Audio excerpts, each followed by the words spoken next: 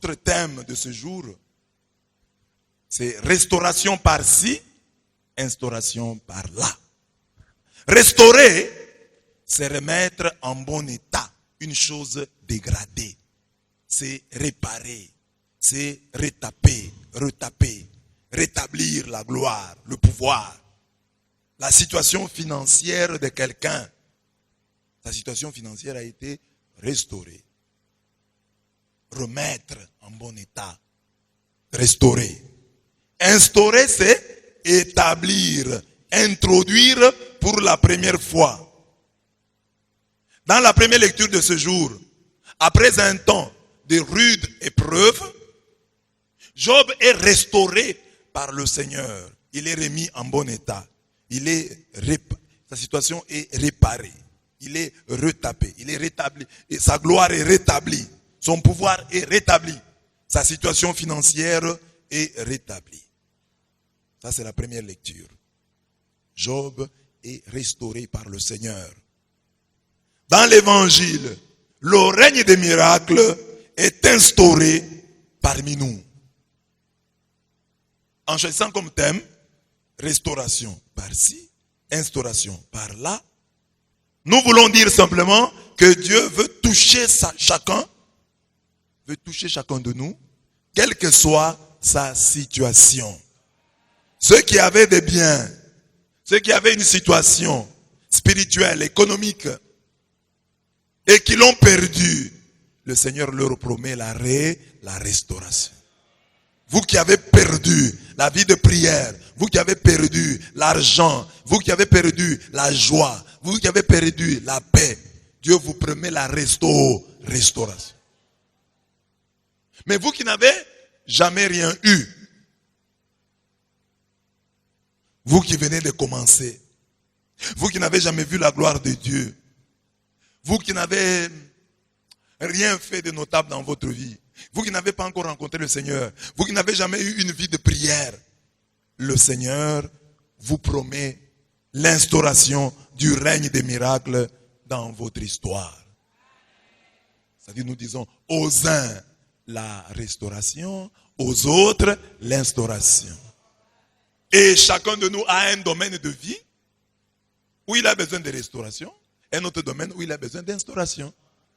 Donc, chacun de nous, en fait, a besoin d'instauration et de restauration. Ce que tu n'as jamais vécu, tu demandes l'instauration. Tu n'as jamais été en bonne santé. C'est l'instauration de la bonne santé que tu demandes. Tu n'as jamais eu la paix depuis que tu es marié. C'est l'instauration de la paix dans le couple que tu demandes. Tu n'as jamais expérimenté une vie d'intimité avec Dieu. C'est l'instauration que tu demandes. Et toi qui avais des charismes, toi qui autrefois rêvais, avais des songes où Dieu te parlait, tu as perdu ça. Dieu te promet la restauration. Toi qui avais des biens, qui avais un travail et qui l'a perdu, Dieu te promet la restauration. Toi qui avais des biens, mais maintenant tu fais seulement semblant. Tu n'as plus rien. Dieu te promet la restauration. Amen. Dites à votre voisin que là où tu as besoin de restauration, que Dieu te donne la restauration. Là où tu as besoin d'instauration, que Dieu te donne l'instauration. Que ce que tu n'as jamais vécu, tu puisses le vivre. Que ce que tu as vécu autrefois et que tu as perdu, que tu puisses le revivre. Notre Dieu, c'est 4 fois 4. Dans l'instauration, vous les trouvez. Dans la restauration, vous les trouvez. Il est dans la restauration, il est aussi dans l'instauration. Acclamons-le, le Dieu de la restauration et le Dieu de l'instauration. Identifie maintenant, mon bien-aimé, devant lui les domaines où tu as besoin de restauration. Dis-lui, il faut que tu me restaures dans tel domaine. J'avais ceci, je l'ai perdu. J'étais ceci, j'ai perdu. J'ai perdu ma prière, ma vie de prière. J'ai perdu ma joie. J'ai perdu mon bonheur. J'ai perdu ma virginité. J'ai perdu ma force. J'ai perdu ma santé. Tout ce que j'ai perdu, Seigneur, tu es capable de le restaurer. Tu es capable de le restaurer. J'ai perdu mon travail. J'ai perdu mon mari. J'ai perdu mes enfants. J'ai perdu ma richesse.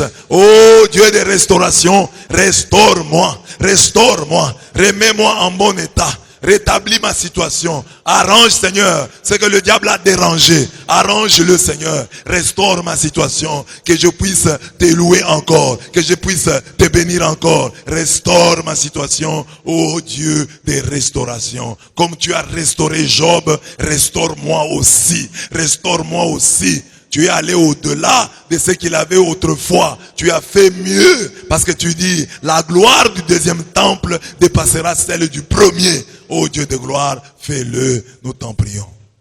Mais il y a des domaines où tu as besoin d'instauration. Des choses que tu n'as jamais expérimentées. Que Dieu instaure. Ah, toi qui ne t'es jamais marié, mais tu es à l'âge. Tu cherches un mari, tu cherches une femme. Que Dieu instaure le règne du mariage dans ta vie. C'est que tu n'as jamais expérimenté. C'est que tu n'as jamais vécu. Parce que Dieu, nous parlions hier des songes. Est-ce que tu as déjà vu en songe Jésus? Tu as déjà vu en songe Marie? Que des choses dont tu entends les autres parler, qu'elles soient aussi instaurées dans ta vie. Est-ce que tu as un témoignage? Tu peux te tenir vraiment devant les gens. Tu dis, moi aussi, aujourd'hui, je vais témoigner. Je vais témoigner de la grandeur de Dieu. Dieu répond aux prières. Est-ce que ça tu as déjà expérimenté? Que Dieu véritablement répond aux prières. Tu as des grâces que tu reçois par surprise. Dieu les fait.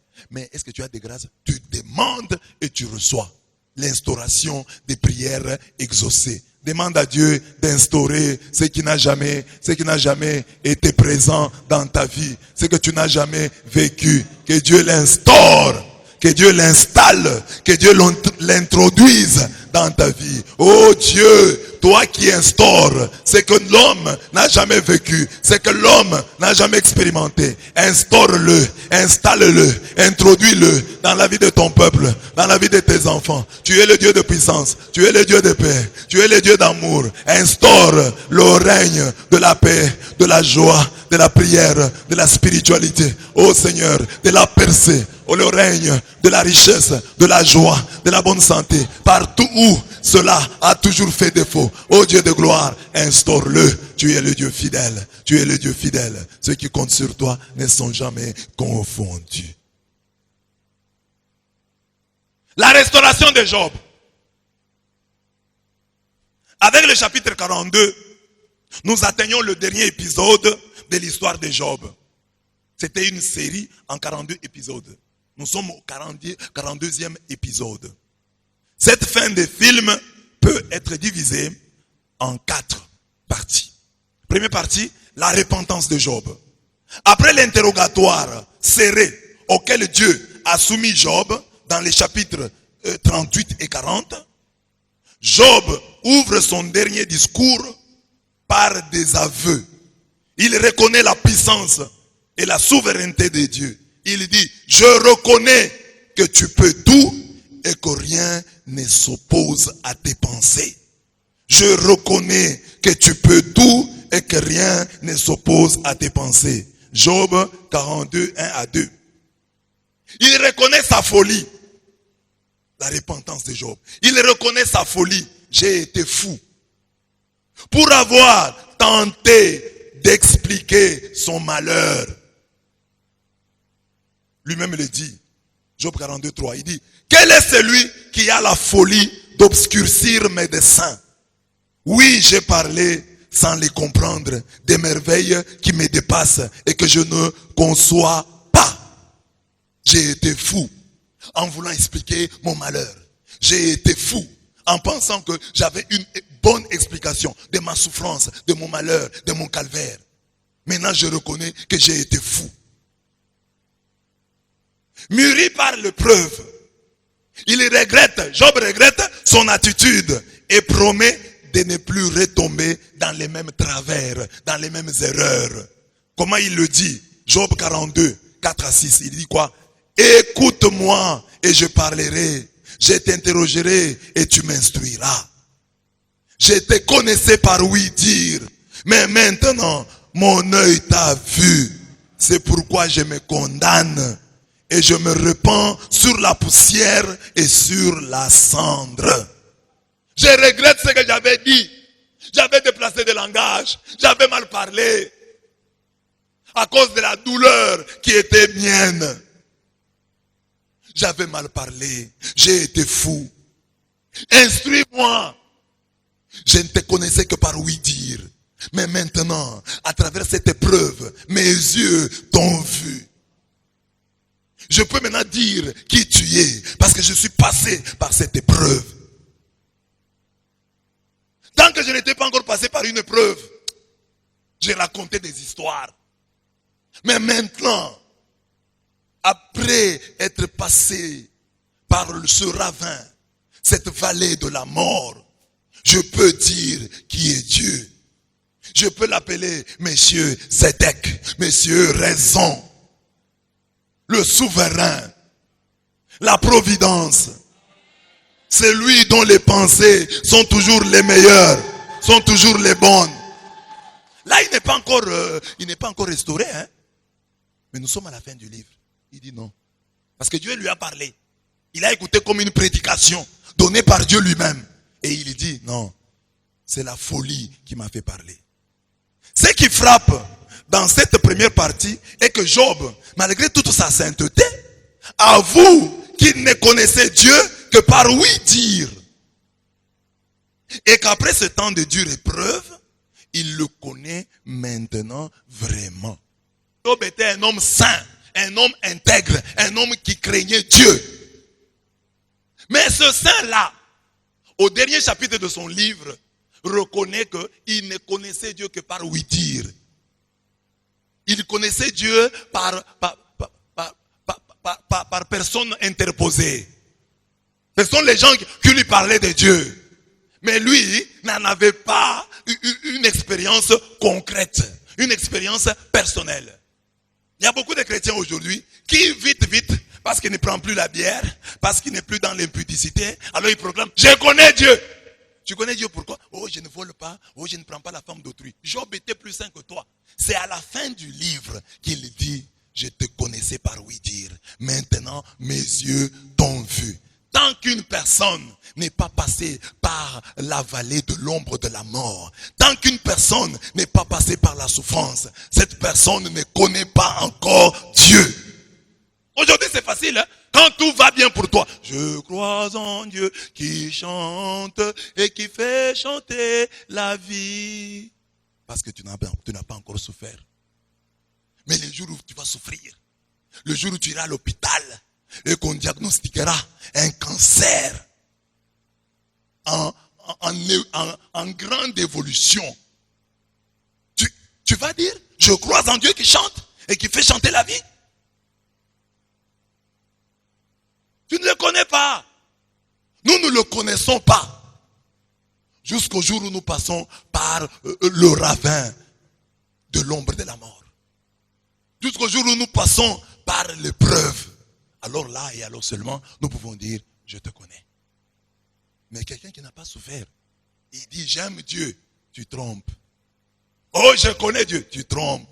Souffre d'abord. Fais comme Job. Père en une journée, tout est bien.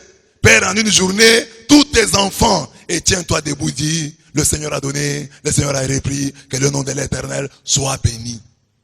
Nous sommes là, des petites choses de rien du tout. Tu brûles ta robe, tu déplaces des langages. Dieu n'existe pas. Comment j'ai brûlé ma robe?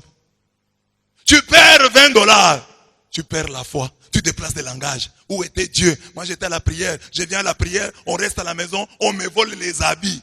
Quels habits même? De vieux habits. Des habits délavés. Dans tes habits là, tu as quoi? Mais tu vas déplacer les langages. Moi, je suis allé à la prière pour prier Dieu. Je rentre chez moi, je trouve qu'on m'a volé. Où était Dieu? où, Seigneur? Tu es où, Seigneur? On nous vole les habits quand nous sommes à la prière. Où es-tu, Seigneur? Qu'est-ce que les païens vont dire? C'est que Job dit, Pierre le dira aux chrétiens de la diaspora en ces termes. Il dit, le preuve de votre foi. La foi là, qui est plus précieuse que l'or périssable. Mais l'or qui est périssable est éprouvé par le feu. L'or, on le fait passer par le feu pour le purifier. Mais il dit, votre foi est plus précieuse que l'or. Si l'or qui est périssable passe par le feu, votre foi qui est plus précieuse que l'or doit passer aussi par le feu. Votre foi doit passer par la souffrance. Votre foi doit passer par des épreuves pour être pur. L'or a des scories, il y a des saletés dans l'or. Pour enlever les saletés que contient l'or périssable, il faut que l'or passe par le feu. Or, votre foi est plus précieuse que l'or. Donc, votre foi doit passer absolument, nécessairement par les épreuves. Amen. Et le résultat de ce passage par le feu est la louange, la gloire, l'honneur lorsque Jésus apparaîtra. 1 Pierre 1, 7. On ne peut jamais être pieux en Jésus-Christ sans jamais passer par la souffrance. Le chemin de Jésus est trop étroit, mon frère, mais il a la vie éternelle. On ne peut pas être pieux en Jésus-Christ sans passer par les souffrances. Amen. Demandez à ton voisin, demandez à votre voisin, quelles sont les souffrances par lesquelles tu passes et qui purifient ta foi. Demande-lui. Ah, je passe aussi par telle souffrance. Cette souffrance purifie ma foi. Tu es en bonne santé, je crois en Dieu. Tu as de l'argent, je crois en Dieu. On ne raconte pas des histoires sur toi, je crois en Dieu. C'est quand on raconte des histoires sur toi et que tu n'as rien fait, mais tu continues à croire. Tu ne dis pas, oh, je vais abandonner la paroisse parce qu'on raconte des histoires sur moi. Non, même si on raconte ces histoires-là, c'est comme le feu par lequel la foi doit passer. C'est un passage obligé de ma foi pour que ma foi soit purifiée de toute scorie, de toute saleté, de toute impureté. Je dois passer par là. Je dois passer par là. La croix est un pont. La croix est un pont qui te permettra d'aller au ciel. La souffrance est un pont qui te permettra d'aller au ciel. Passe par là, tu ne seras jamais le même. Ceux qui sont passés par des souffrances, ils savent ce que c'est. Ils sont devenus d'autres personnes. Il y a des gens qui n'ont jamais perdu leur maman, qui n'ont jamais perdu leur papa. Et ces gens-là, ils disent qu'ils croient en Dieu. Non. Attends d'abord que ton père puisse mourir. Il meurt quand tu as besoin de lui. Que ta maman meure quand tu as encore besoin d'elle. Mais il y a des gens ici qui ont fait le deuil. Et ils ont grandi depuis que maman est morte. Depuis que papa est mort. Ils ne pleurent plus. Ils disent, mais maman est morte. Papa est mort. Mais Dieu m'a gardé. Donc, mon vrai papa, ma vraie maman, c'est Dieu. Parce que lui, il ne m'abandonnera jamais. C'est facile d'aller au deuil d'autrui et de donner des conseils. Oh, mon cher, ce sont des choses qui arrivent. Toi, ton père est déjà mort. Oh, mon cher, ça va passer. Tu es déjà passé par là. Laisse les orphelins se consoler entre eux. Quand nous avons des deuils, nous les orphelins, laissez-nous nous consoler. Va venir, votre père est encore vivant. Oh, papa, courage. Ce sont des choses qui arrivent. Toi, tu as déjà vécu ça? Perdre un père. Perdre une mère. Tu sais ce que ça fait? Amen. Dis à ton voisin, tu sais ce que ça fait que de perdre un père? Demande-lui. Tu viens ici, tu dis, oh non, soyons forts dans les épreuves. Un jour, tu te rends compte que ton papa ne sera plus là. Tu te rends compte que vous allez vous réveiller sans votre père. Tu te rends compte que ton papa est au cimetière. Il est sous terre. qu'en ce moment-ci, il a pourri. Tu sais ce que c'est? Oh non, frère, courage, mes condoléances, une pensée pieuse. Une pensée pieuse pour ton papa. Quitte-la.